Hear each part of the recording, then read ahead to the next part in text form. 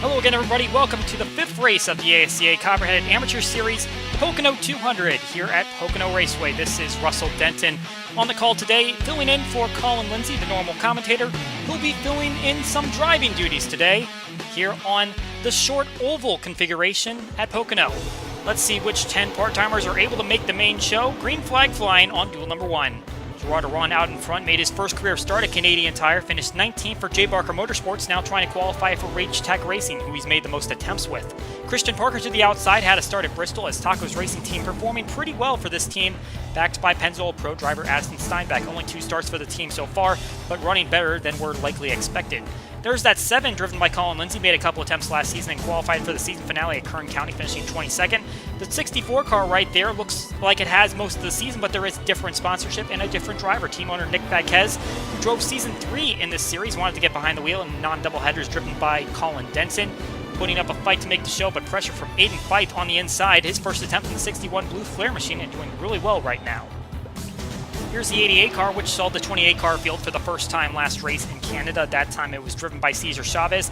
Rogers Racing now has Tristan Wilhoit in the seat for this race. The first time it's had a different driver all season. Obviously, the Pennzoil Pro Series drivers racing at Chicagoland this week. This car will have multiple drivers making up non-double headers, and this team is trying to see if it can make races that lack those top-tier guys. Could be a good opportunity for a lot of drivers in the field. You see the field spread out across this 3/4 mile track. Obviously a different field than the triangle configuration that the Pro Series will race on. We also raced on that configuration back in 2016. A move being made by Gatlin Downey to get ahead. So far the 17 has made every race except for Daytona, considered a heavy favorite to win the part-timer championship for good reason. He's racing mostly Pro Series drivers in those races, which means the nearest regular, Ryan Reed, is 24 points behind. Possibly the next favorite would be Samantha Jones, who was second in this battle last season, came up short to Scott Roush, who really charged throughout the entire season, but a whole 40 points behind currently and not running well. The move by Fitzwater Australia Racing to double their stock has not paid off for them. Jones has made the last 2 races, looks unlikely to make Pocono today.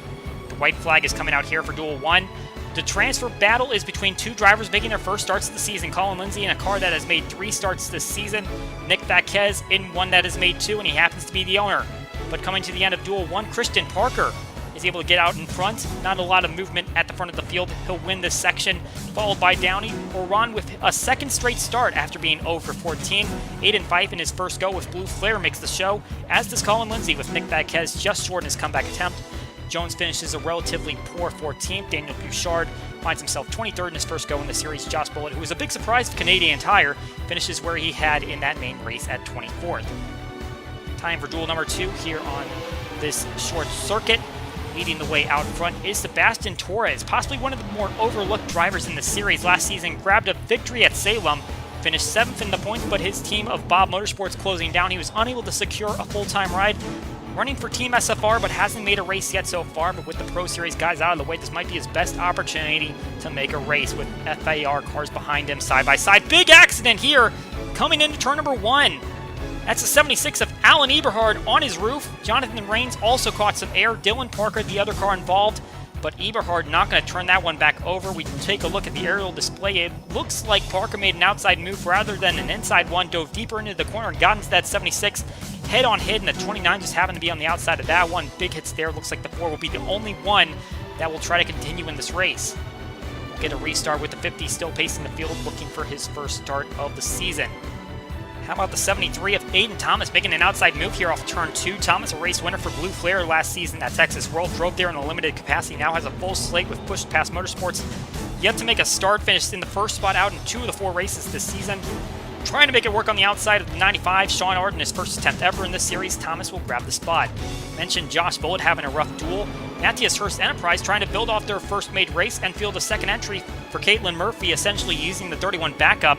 Happens to be outrunning Bullitt. 79 just behind, essentially doing the opposite. They're downsized to 1 car for this race. Usual 89 driver Antonino Russo behind the wheel. We mentioned FAR having struggles with their program after expansion.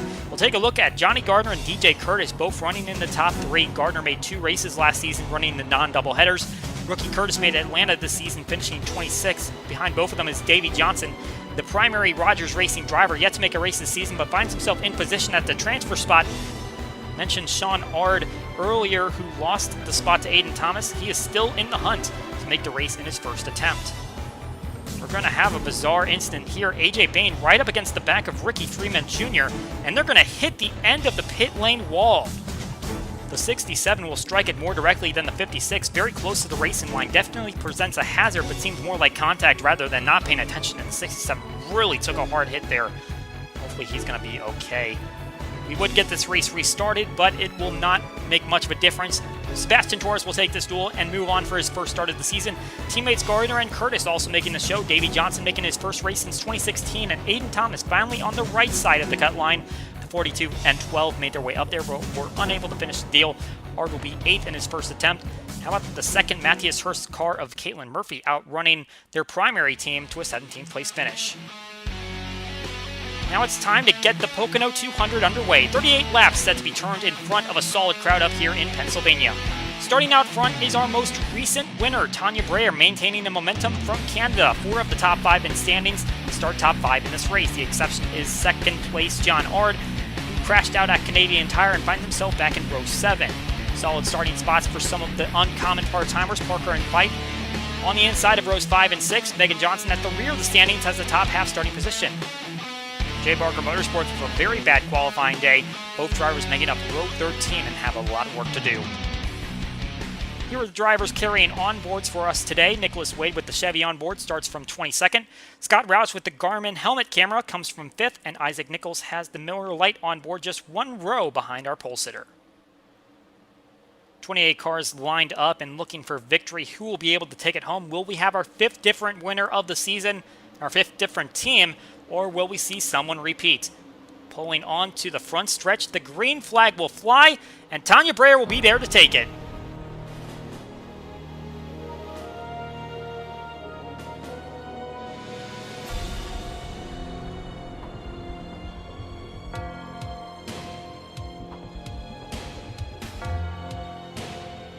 Tanya Breyer gets a good hole shot off the first turns. Robert Harrison trying to maintain second, but Isaac Nichols on the pounce on the inside. Side by side, they go through the corner. Tanya Breyer will lead lap 1, 37 more to go, and this season for the 38 driver has been going in a positive direction. Finally got tapped to a full-time seat after 2 part-time seasons. She's had a few Pennzoil Pro runs in place of team owner Rick Witt to limited success, but after a couple bad races, she has 2 straight top 10s, got her first victory in her career at Canadian Tire, 7th in the points right now, and leading the way here. Her main challenge now is to hold down that position. Her teammate Gerard Aron led the field to start duel 1. He ended up in the 3rd position. Definitely places to pass here. Isaac Nichols is challenging Carter Friesen for 3rd right now. We've been to a track with little or no banking before about this size. That would be Lucas Oil Raceway in Indianapolis last season, where Nichols pulled off that incredible last corner pass. That was 16 races ago, 2017's race 5. Trying to unseat the new driver of the 14, Carter Friesen, from that spot, the winner at Daytona. Cars coming off of turn 2 here, and there's an accident in the back.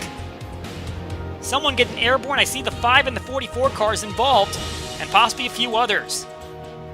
First caution will fly here on lap 4, and that probably had the ability to take out a few more cars than it actually did. Fortunately, looks like a limited number of cars involved. Let's see what happened here in the corner. Castle Radcliffe, that green car.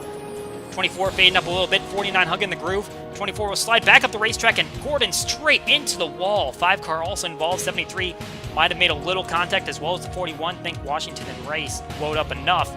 And as they try to untangle, it looks like the 5 can't get out of the spin. The 73 possibly pushing him sideways and almost over. He was the car just behind Wade, who we're riding on board now. Wonder if he was unhappy with something earlier. And right in front of him. Obviously, this camera angle is not exactly what the driver's seen. Hard to make a move without the spotter yelling in his ear that the 24 is sideways. 44 couldn't have done much to get away from that. And we're seeing now here the 17 heading toward pit lane. This might be an issue on his race car, as none of the other leaders are joining Downey as he pits from 8th. Some of those drivers that received damage are going to see the pits as well, and it appears that the 44 will be the lone dropout from that accident, getting back to the restart here on lap 10. The drivers inside the top 5 unchanged from the start, although Friesen and Nichols have swapped spots. Going to be interesting to see if anyone gets by Breyer. You'd realistically say the inside is preferred here, but there were some outside moves made in the duels that may be crucial to passing here today. As we see the 38 holding down the spot for now. The pits were obviously quiet that caution period. There's expected to be at least 1 pit stop this race, but they might not have been in the fuel window yet. It might be more likely we see stops around the halfway point. Let's talk about some of these part-timers. How about Christian Parker running for Taco's Racing Team? Just began its current set of operations this season. Didn't have any alliances set up with other Toyota teams, but it seemed like they wouldn't have a lot of success off the bat, and the 00 made Daytona. Parker's made 2 out of the last 3 races after a full season of DNQs for Team SFR. Already, the team is a well-oiled machine. Aiden Fife, also up here in the top 10, had a Team SFR ride for Daytona, ran for 2 underfunded teams last season, but making a great case for his marketability in a top-tier ride. And in fact, Parker will run 6 races in the 61, starting next race at La Crosse. Fife will run another 3. Back up here at the front, Harrison hasn't gotten by the 38 car, but isn't letting her pull away right on the back bumper, trying to inform Breyer that he'd like to get his first career win today. Still on pace for his best career finish, never been better than 3rd as we take a look through the field. Roush on the high line with Curtis trying to take that spot away, unable to make it happen. The 21 car, 1 spot behind Breyer in standings, but by a bit of a margin. Also see James Richardson here, who might lose a spot to Breyer if her run holds up at the front of the field, starting this season a little better in finishes compared to last season. We also see Jake Baskinger, who hasn't been terribly impressive for Push to Pass Motorsports in their first full-time season. No top 10s yet for the former race winner. That might change today, the way that he's running. His own against the 09 right now. We also see trying to charge his way up the field is Sebastian Torres, currently top half of the leaderboard right now, definitely showing he deserves another full-time space. Between a couple of other part-timers, Christian Parker and Gerard Ron. The way the rest of the field is running, Gatlin down a little further back than we usually see. Vinny Beese and Castle Radcliffe a little slower near the back. Moving back forwards, Nichols trying to run to the outside of Friesen, and he's going to make that move work for 3rd. We mentioned there might be an advantage to running high.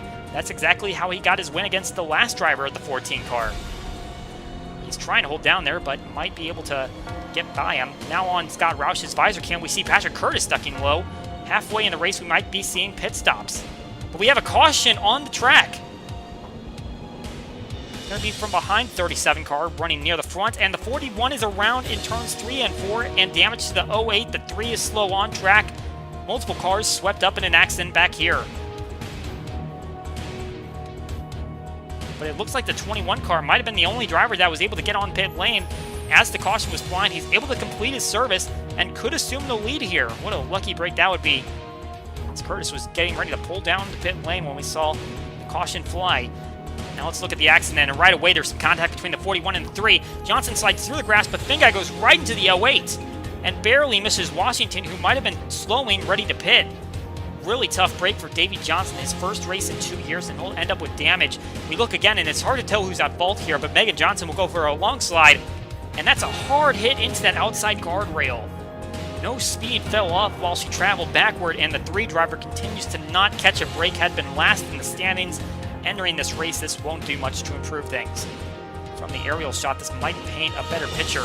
It looks like the 3 has to check up, thinking she'd strike the outside wall, so it looks like he lost the momentum, and the 41 wasn't expecting that slowdown. Boko sliding, and look at how lucky the 1 car is at getting through that. Slowing down might have actually been an advantage in that situation, and he'll actually go down pit lane. It looks like he's going to be able to complete the service to his car. And now for this restart, it's Curtis out in front, followed by Washington, and then the rest of this field with majority race leader Breyer in 3rd. I'll tell you what though, Rage Attack Racing likes where things are at, with the full-time drivers running 1st and 3rd. Part-timer Ron also in the top half of the order. Very good day for the team. Now the question becomes whether Washington caught a very lucky break there, can remain in his position, or will Breyer be able to show off the dominance she had in the early going to take away 2nd? Washington 11th in points, no top 5s yet. This could be a great day for him. Obviously, he's seen his teammate Vinny Beese take the win at Atlanta. He has not been able to put up quite the same finishes that he has, but this is just about his best opportunity to try to go for a race victory. How about Jake Baskinger?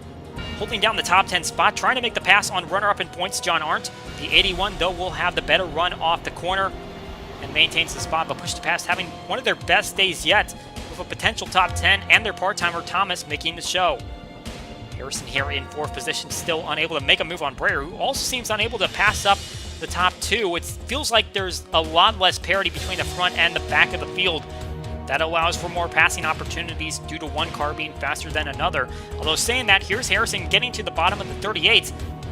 But yet again, the high line is getting off better, especially in turn 4.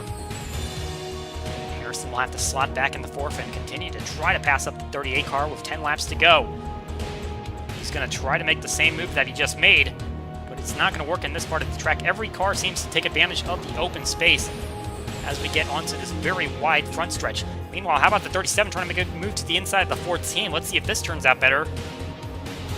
And it looks like he's going to be able to pull it off. That's going to be a key for these front runners trying to advance right now. Low in turns 1 and 2, high in turns 3 and 4 seems to be the formula for getting by drivers. The 37 trying to make quick work out of everyone in front of him as he moves into the top 5. Onboard Roush now, and he's using that same strategy to get by Robert Harrison. But look at Breyer making the same move underneath Washington. That's the battle for second, and she's going to force the 1 to check up out of the corner. And the 1 now starting to back up a little bit after losing that momentum. And actually, the 37 going to dive deep into this corner. Doesn't otherwise have much of a choice, but it looks like he's actually going to pull off the pass. 2 spots in 1 lap for the 37 car, moving forward on this field, looking for his first win of the season. Now it comes down to Curtis trying to hold off teammate Breyer. He's got a good gap thanks to the side-by-side battling between the 38 and the 1. A race winner at Milwaukee last year, the third-year driver wants more victories. Meanwhile, Breyer's got plenty in her mirror as she tries to win her second straight race. No one has ever pulled that off in the history of this series, as there's almost a side-by-side battle going between the Red Stallion Racing teammates. And Roush showing once again that that outside line is going to prevail off of turn 4. 4 laps to go here at Pocono, and the chances to catch the 21 car are running out. Meanwhile, look at how far back the 1 car has fallen. Wasn't running terribly well at the start of the race, but was holding the runner-up spot for a number of laps. Now he's all the way back here trying to maintain a top 10. And what's this? Sebastian Torres slow into turn 3. It looks like there might be fuel complications. Some teams might have short-filled for their weights, but their calculations might have come up short. And the race leader is part of that. Curtis down on pit lane, thinking he isn't going to make it with 2 laps left. We saw him as the first to stop, and now it's going to bite him. Going to ruin the 1-2 Rage Attack Racing had set up, but now Breyer has the lead and needs to hold it down for 1 more lap.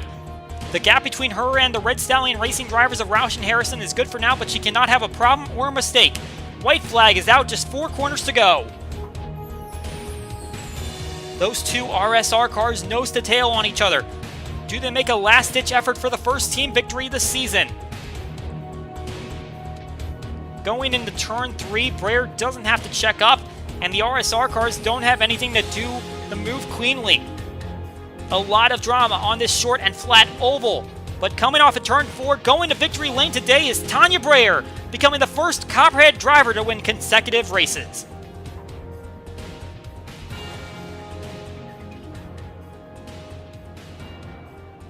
And while the overall team would have benefited from Curtis staying on track, Breyer, who had arguably the best car on track, takes the first spot and continues to add to her accolades. Might have come on a lucky break at the end of the race, but victory lane doesn't care what circumstance you had to get there. We see how everything stacked up at the end. The top 4 in points all grabbed top 5 results, so we won't be seeing a massive shakeup in the standings. Isaac Nichols couldn't score a top 10, but look who did. Jake Baskinger, who was bottom 4 in points, gets 7th. Kenny Washington maintains an 8th after a late race downfall. Aiden Fife top 10 in his first career start.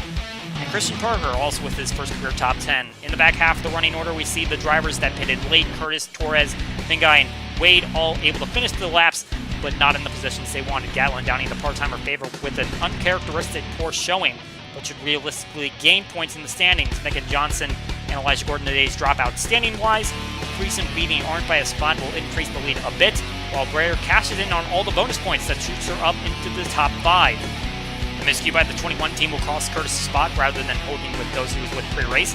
Baskinger gets himself off the second page and hands it over to Wade, who was involved in a crash and pitted late this race. Downey will indeed gain a few points over Reed, who didn't make the race, but we do see Parker there, 4th among the non-Pennzoil Pro drivers. It's been an exciting race here in Pennsylvania. The Pennzoil Pro Series is up next at Chicagoland. We'll see who can unseat Tanya Breyer from the winner's circle at the next race for the Copperhead Amateur Series, taking place at La Crosse Speedway. We will see you all next time.